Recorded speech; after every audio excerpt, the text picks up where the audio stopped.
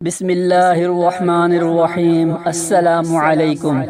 عالم اسلام اور خاموش تماشائی، اے ارض فلسطین، اے انبیاء کی سرزمین، ایک ہو مسلم حرم کی پاسبانی کے لیے، نیل کے ساحل سے لے کر خاک کاشغر 1400 سال پہلے میرے اور آپ کے رب نے اپنی آخری الہامی کتاب میں اعلان کر دیا تھا، انما المؤمنون اخوہ، بے شک مومن ایک دوسرے کے بھائی ہیں۔ پھر اپنے آخری نبی صلی اللہ علیہ وسلم کے ذریعے خبردار بھی کر دیا، مسلمان کا بھائی ہے اور اس پر نہ ظلم کرنا ہے نہ اسے چھوڑ دیتا ہے۔ مزید فرمایا، مومنوں کی مثال آپس کے لطف و محبت اور ہمدردی میں ایسی ہے جیسے ایک جسم جبکہ اس کے ایک عضو کو تکلیف ہوتی ہے تو سارا جسم بے قرار ہو جاتا ہے اور بخار میں مبتلا ہو جاتا ہے۔ فرمان نبوی صلی اللہ علیہ وسلم کا مقصد یہ ہے کہ جس طرح جسم کے تمام اعضاء ایک دوسرے سے متصل ہیں، ایک دوسرے کے دکھ درد میں شریک ہیں، اسی طرح مسلمان جن کا خدا ایک، رسول ایک اور قبلہ ایک ہے، انہیں بھی ایک دوسرے کے دکھ درد اور رنج و راحت میں شریک ہونا چاہیے۔ مگر مقام افسوس ہے کہ آج پیغمبروں کی سرزمین فلسطین بے کس اور بے بس مسلمانوں کے لہو سے رنگین ہے۔ بیت المقدس کا دوسرا بڑا مرکز، ہمارا قبلہ اول، کل انبیاء کی سجدہ گاہ یہود و نصارہ کے قبلے میں ہے، وہ اسے مسمار کرنے کے در پہ ہیں۔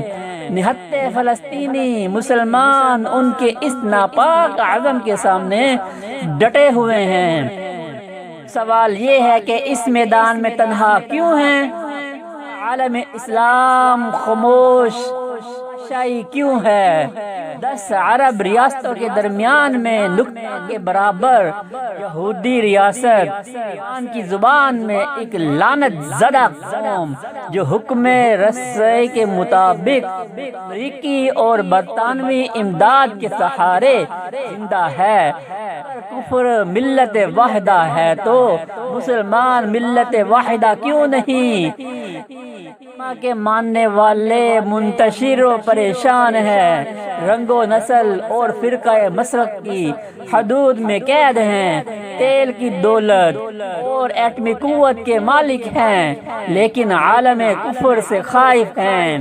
کشمیر میں خون کی ہولی کھیلی جا رہی ہے، عراقی، افغانی اور شامی مسلمان پریشان حال ہیں، برما روہنگا کے مسلمان در بدر ہیں۔